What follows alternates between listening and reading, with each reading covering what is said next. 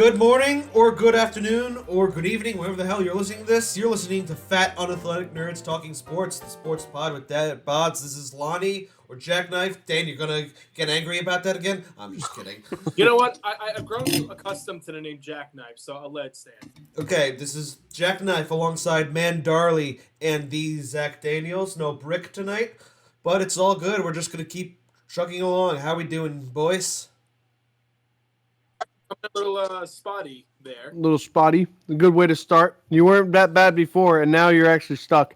Look at that little phone. Look at that little face. Oh, look at Dora. Well, the good thing is, I was still recording, and I don't have any issues there. So Awesome. That's great. So I'm currently having. Take a screenshot of this.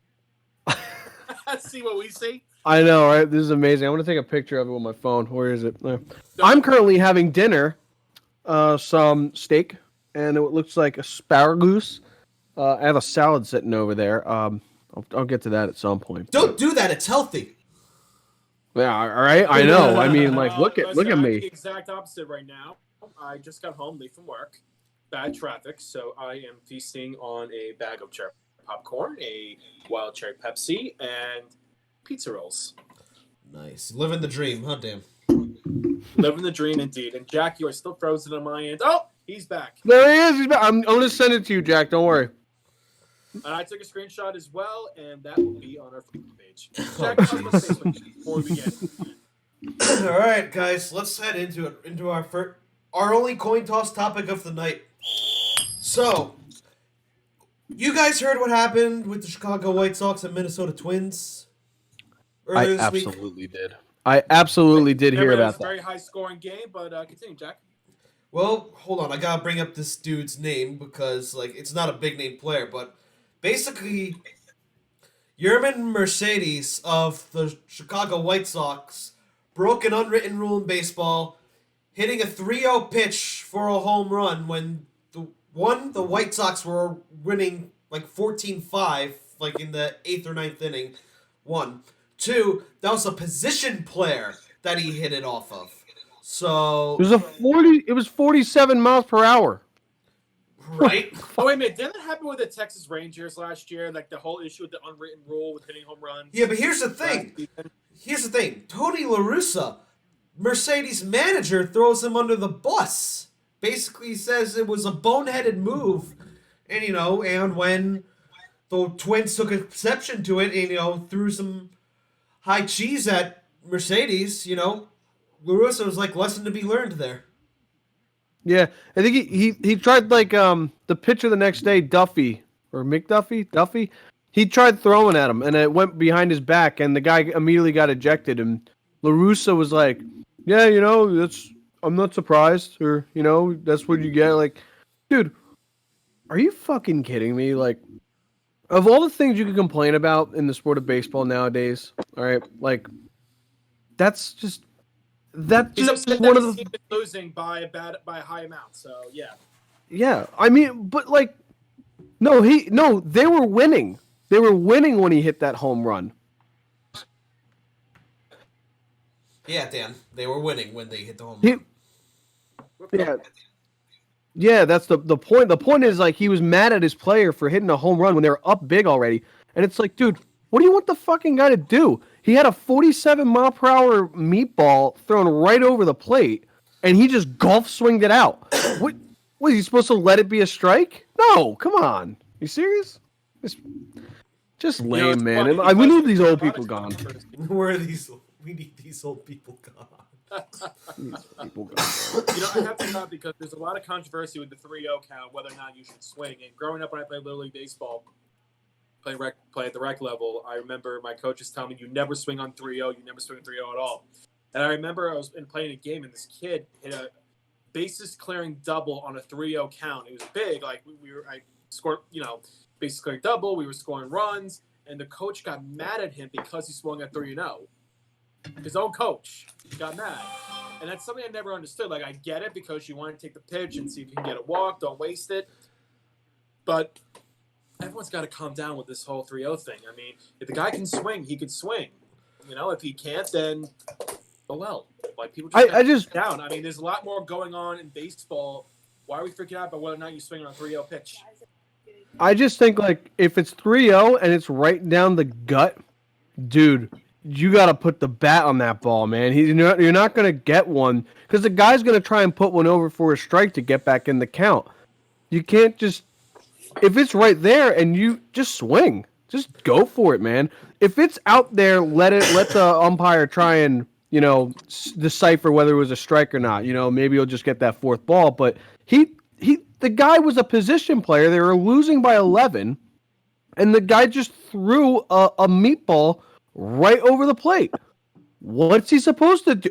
His eyes probably blew up when that happened. I wish I could go. I'm gonna go back and watch the replay of that when I can, because like he had to like just revel in that moment. He was just like, this is gone. And that home run, that stat specifically, that'll help at contract time. I'm just saying. Yeah. Yeah, well, my thing with hitting, swinging at a 3-0 pitch isn't necessarily whether or not it's classy or unclassy, breaking unwritten rules. My thing is whenever my team or whoever I'm rooting for in that moment has a 3-0 count in their favor, I don't want them to swing not because of unwritten rules. I don't want them to swing because I feel like, oh boy, you're about to get a little too far underneath it, hit some bullshit pop-up into the infield. But yeah, but that's just because when I played Little League, my strategy was to be a contact hitter and just get on base. So that's just me. But what angered me more about that, it's like, dude, I don't know how old Mercedes is. Hold on, I gotta Google this dude's age before I make any comments. Yermin Mercedes, how old is he? Jeez, I sound like Bill Burr when he's googling something in his pocket. Dude, I saw someone refer to him as the Yerminator. That was awesome. What an amazing. He's 28 years old. My thing is, Tony La Russa flat out threw his own player under the bus there. I thought that was uncalled for. I mean, can you imagine if the Washington Capitals had something like, oh, Tom Wilson made some boneheaded plays, or the Bruins said like Brad Marchand made some boneheaded plays? You don't see hockey players doing that for, any dirty teammates. But, in baseball, this gets that kind of response from a manager condemning his own player. And yeah, man. I'm just like, really? Really? I think my opinion is if it's such a worrisome about being an unwritten rule broken, just make it a rule. No, that's not the correct answer. No, this is what you do. Here's the solution to all this. This will be the last point. I'm telling you this. This should solve all of our problems. Okay, stop throwing at players too. All right, can we just cut this out? All right, what happens if that does hurt him? All right, I know you're just trying to send a message, but what if that does hurt him? Okay, second, you know what you do about that? You don't throw at them. You don't throw at them. What you do is you strike them out and then give them a little fist pump and start chirping at them. Yeah. That's all you got to do. Yeah, freaking. Because just exactly. You get an out, you don't have a man on base, and you can talk some shit. Yeah, I mean, That's the way I look at it. Not the best example, but like, oh wait, Jabba Chamberlain, he had his little fist pump when he struck someone out. One of those guys was Aubrey Huff. Aubrey Huff didn't forget that, and I think the third game of the season, 2009, he launched a home run off of Jabba Chamberlain. So he steps on home plate, he's like, yeah, like. You know what? When you say Jabba Chamberlain, the fist bump, I remember that one play against the Cleveland Indians where he dove to make the catch, got up, did the fist bump, and then I remissed the time. Next time I saw Jabba Chamberlain, not in a Yankees uniform, and it was him looking like a homeless Santa Claus. Okay, homeless Santa Claus. That's one way to put it. All right. Well, anyway, I don't know if we even got into the question of the coin toss topic. Do you think La Russa was right or wrong to throw his own player under the bus there? Wrong. Wrong. I don't care about the old rules. It's wrong. Don't do that. Back your player up. Yeah, my thing is that, like I said before, like if the rule is if it's an unwritten rule and it's such a bother and it needs to be addressed, then make it a real rule. But then again, it'll take away from the game of baseball. These guys are getting paid to play the game of baseball. Let them play. Who cares if it's a unwritten rule now? If you want to swing a 3-0, let them swing a 3-0. I mean, everyone's got to calm down. Dan, Everybody's got to calm down. the thing is, you can't make it a rule because that doesn't make any sense. Because it's not. It's Exactly. it's not a rule. It's not an actual rule. All these unwritten rules. It's an unwritten rule. But that's the thing. Unwritten rules is just quotations around it. It's like a norm. It's like a norm in baseball that like everyone just follows. It's so fucking dumb. I'm sorry. It is dumb, but It's just so maddening. Good Lord, yeah. I don't want it to be a rule. I mean, I think it's dumb. Let the guy play however he wants to play. If it's an etiquette thing, okay, there's an etiquette in everything we do, but there's more to life to worry about whether or not you can swing on 3-0 and putting your team on players under a bus. My name is Matt. So, I'm here to talk some NHL Stanley Cup playoff everyone's got to hockey. calm down. Before I get into all that, just wanted to thank the entire FUNTS crew for having me on. Facts. Letting me do a couple of Big minutes. No, not you guys. You guys can be. I'm talking about Tony La Russa and his. Everyone agrees with him. I need to calm down too. All right, well, let's get you guys to calm down. We'll go into our next topic. Still in the MLB. We're talking about the Oakland A's relocating again. I have family in the Bay Area. My uncle, who's a big, baseball guy, like he follows what's going on. They've been saying for years that they're gonna move out of that place, and maybe now it looks like it's finally gonna happen. So, any takes?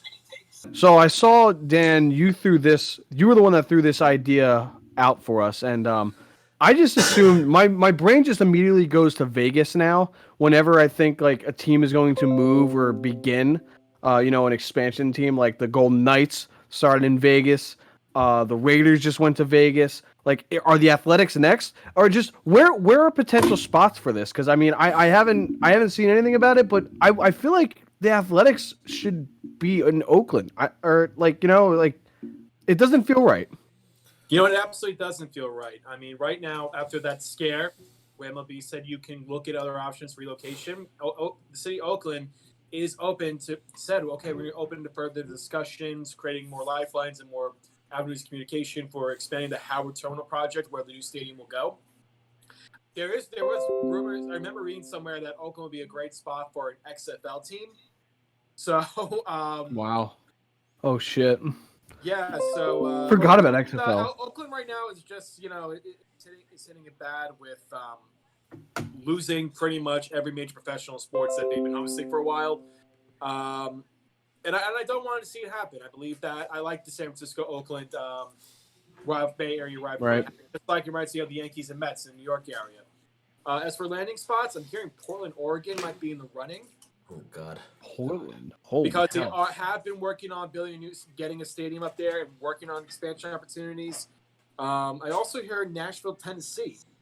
There's actually an ownership group there, trying to bring back the old days of the Nashville Stars. Wow. In the past, and those are really the only two areas that I see. I mean, in terms of like fulfilling that geographical need, because obviously if they go more east of the Rockies, there's going to be some realignment in visions. Right. Montreal, but then we talk about Canada as expansion candidates. And I said in a couple podcasts before, I would like to see the Expos back, and I would even like to see a team in Vancouver.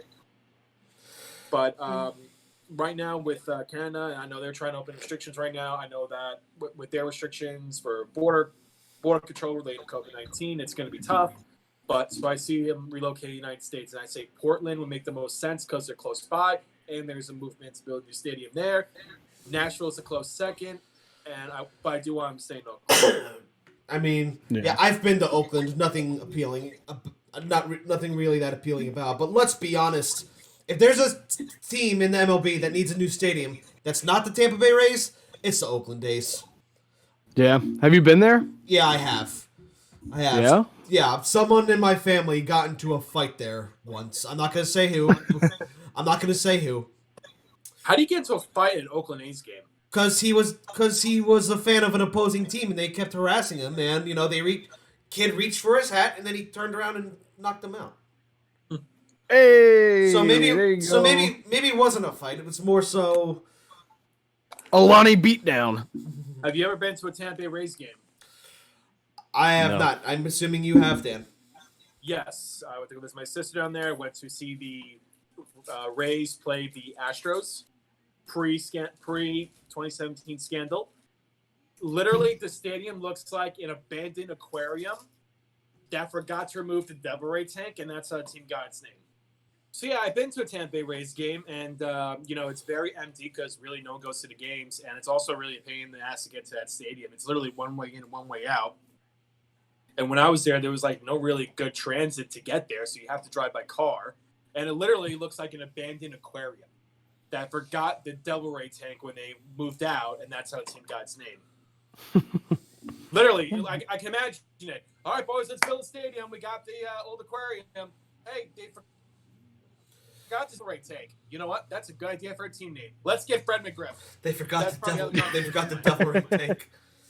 Oh, dude, well, they were the Devil Rays. Why did they drop the devil? That made them sound like that like increased their badassedness by like 10 points. Well, here's the fun fact. They did it in 2008, and in 2008 they went to the World Series. And they lost. That's not the only time. In the 2006-2007 season, the Anaheim Mighty Ducks changed the name to just the Anaheim Ducks, and they won the Stanley Cup that year. Aren't the Anaheim Angels went to the Los Angeles Angels of Anaheim? Correct. Like that's their full name. Yep. What kind of ridiculous shit is that? I don't know. But anyway, speaking of hockey, it's the most wonderful time of the year, boys. Stanley Cup playoffs. Zach, you're gonna we're gonna get you into this. You're gonna be like, why haven't I done this sooner? But yeah. We're going to get into our predictions, but first, we're going to send it to one of our other hosts who is finally making his debut. I think because we insulted him last week. Huh, guys? Just kidding, we didn't really insult him. But anyway, here's Matt with his Stanley Cup Finals predictions.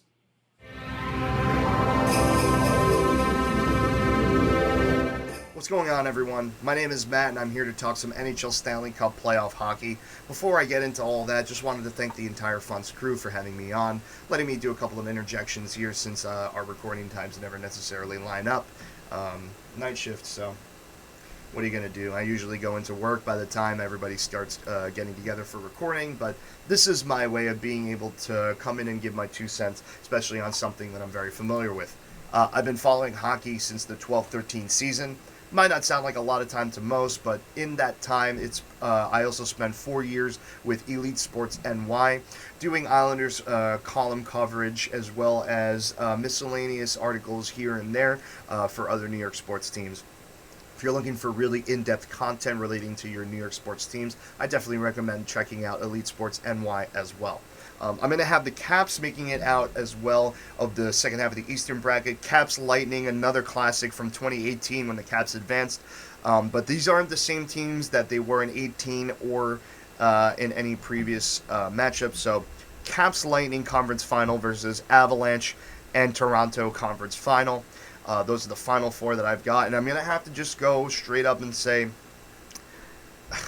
it's hard to bet against Tampa not going back to the Cup. The lineup is too insane. The team is way too experienced. They have one of the best minds in their coach as well, in John Cooper. Vasilevsky, a perpetual Vezina can. I mean, I think it'll come down Tampa and Colorado. And as for the Cup final, I honestly have no idea. But if I were to venture an educated guess, just from pure weight of expectations, I would have to say that Colorado probably takes it, and Colorado will probably do it in 6 games. That's just my personal analysis. It's really hard to not see Colorado or Vegas coming out of the West, as is really in the same way that it's really hard to not see Tampa or a team like the Capitals coming out of the East. So that's just my thoughts. Let me know what you think as well. We'll see what the guys think on that. And again, thank you for having me on, and it's a pleasure to be here as my inaugural moment on the FUNTS podcast. Keep listening, stay active, subscribe to the channels on YouTube, subscribe to the channels on YouTube, Twitter. That was cute. Subscribe to the channels on YouTube, Facebook, Twitter, Instagram, all over socials. We'll keep you posted with more content. I'm going to send it back to the guys now. What do you think?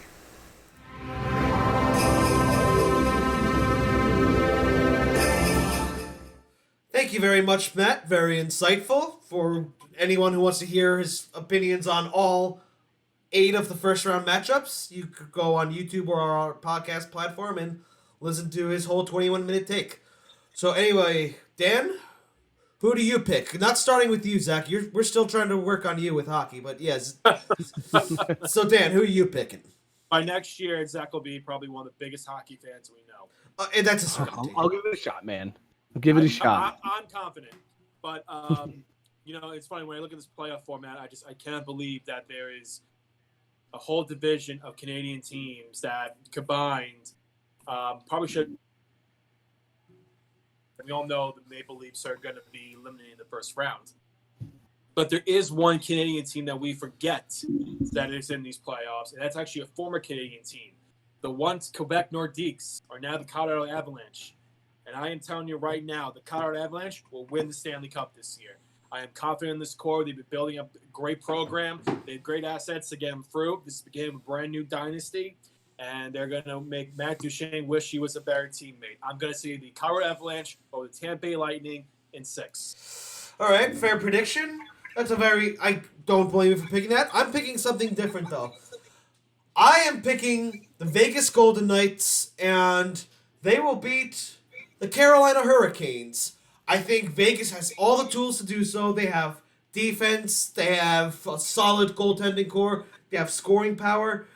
I think the only thing that stops them is themselves.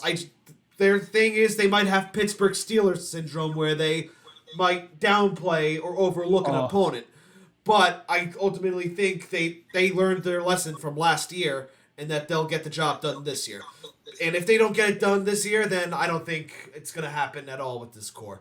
But yeah, I think they're going to beat, the Carolina Hurricanes, another team that people sleep on, probably just because they're not a traditional hockey market, but they're such a solid team. They have arguably the best coach in the NHL and Rod Brindamore. And, sorry, I'm also watching Bruins Capitals right now and got sidetracked. It's funny that you mentioned the Carolina Hurricanes because I remember reading a statistic where I think it was like 50 or 60% of the time the Hurricanes make the playoffs, they reach the conference finals. Yeah. Wow. That's insane. I gotta find that statistic. So I gotta find the video statistic, and once I find it, I'll put it on our Facebook page for all to view and be wondered by. I mean, it's incredible. Like a team that barely makes the playoffs, and when they do, they make an impact. It reminds me of Miami Marlins, who have only made the playoffs twice, and they won the World Series both times. Well, 3 if you count last year, but 3 last year. But don't talk about the Marlins. They're playing the Phillies right now, and for some reason, while everyone else laughs at the Marlins, in recent years they've been Phillies' absolute kryptonite. Let me go. I'm actually turning that stream on too. I have what's the other game on right now, Jack? I don't have the Bruins in caps. It's the other one. The Hurricanes and Predators. But that's who it is. Yeah. Hey, I just wanted to say I saw a video on Twitter of the Hurricanes and their full stadium. That made me so happy. That made me so happy. That was so hype. That looked like so. I will say this, man.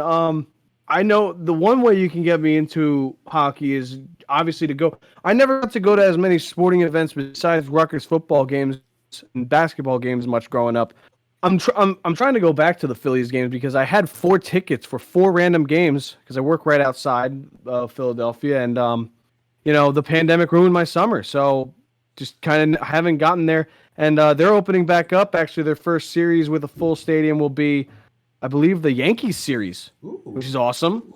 I don't know if I'll be able to get tickets to that one. That'll be an expensive bad boy. Yeah, right now the Marlins are winning 2-0 on the Phillies. But yeah, But I turned this hockey game on. I'm probably gonna do a sports watching tonight. I mean, I do have a big bet going.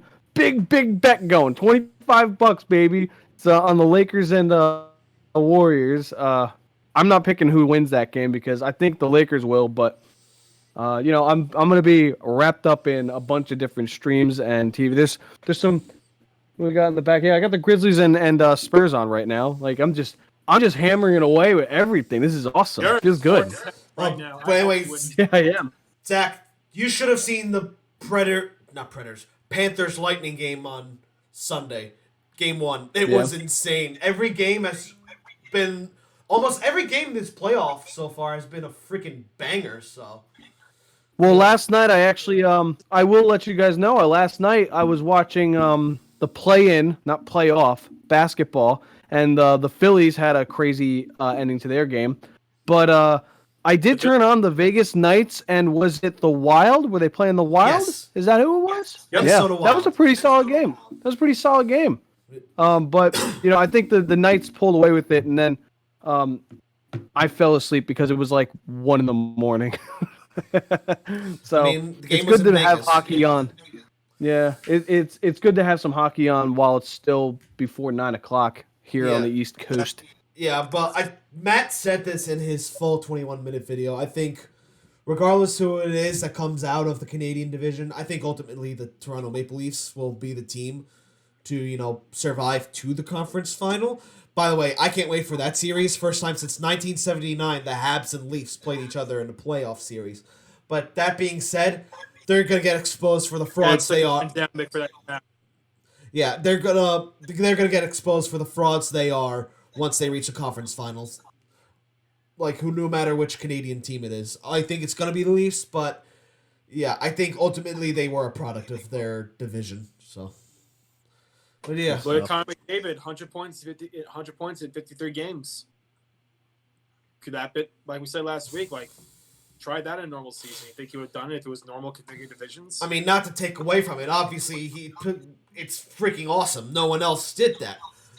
But still, if it's a regular season, he probably doesn't do it, unfortunately. He'll probably hit the mark in like 70 games, but not 53. Right. But anyway, guys, I think we pretty much touched all bases for tonight. Any other thoughts you'd like to add? Go Abs. And when you win, Zach, this bet, I expect all of us to be treated to a nice steak dinner. By the way, Absolutely. By the way, can we just appreciate how wrong I was last podcast? Like, I thought the Rangers would keep around David Quinn. Like 2 days later, they fire him. So Yep. And now Yeah, that's incredible. replacing Brian Leach. Front office. yeah, it is what it is. I mean, ultimately, maybe because they want to win now, they want to they don't want to miss out on a Gerard Gallant or someone like him. But yeah, let's not get too into that. Otherwise, I'll keep us here longer than we should. But anyway, that's going to do it for tonight. Matt, thanks for finally contributing to the show. That sounded mean when I just said that. Anyway, Matt, thanks. Whoa. Matt, thanks for having the time to contribute. We can't wait to have more of you on here. To our listeners, thanks for listening. Be sure to follow us wherever you get your podcast from, and on Twitter and Instagram at FUNTS Podcast. And on Facebook at Fat Unathletic Nerd Talking Sports. If you're listening on YouTube, be sure to like and subscribe. This is JackKnife alongside Man Darley and the Zach Daniels. Have a wonderful night, everyone. Good night, Peace everybody. out.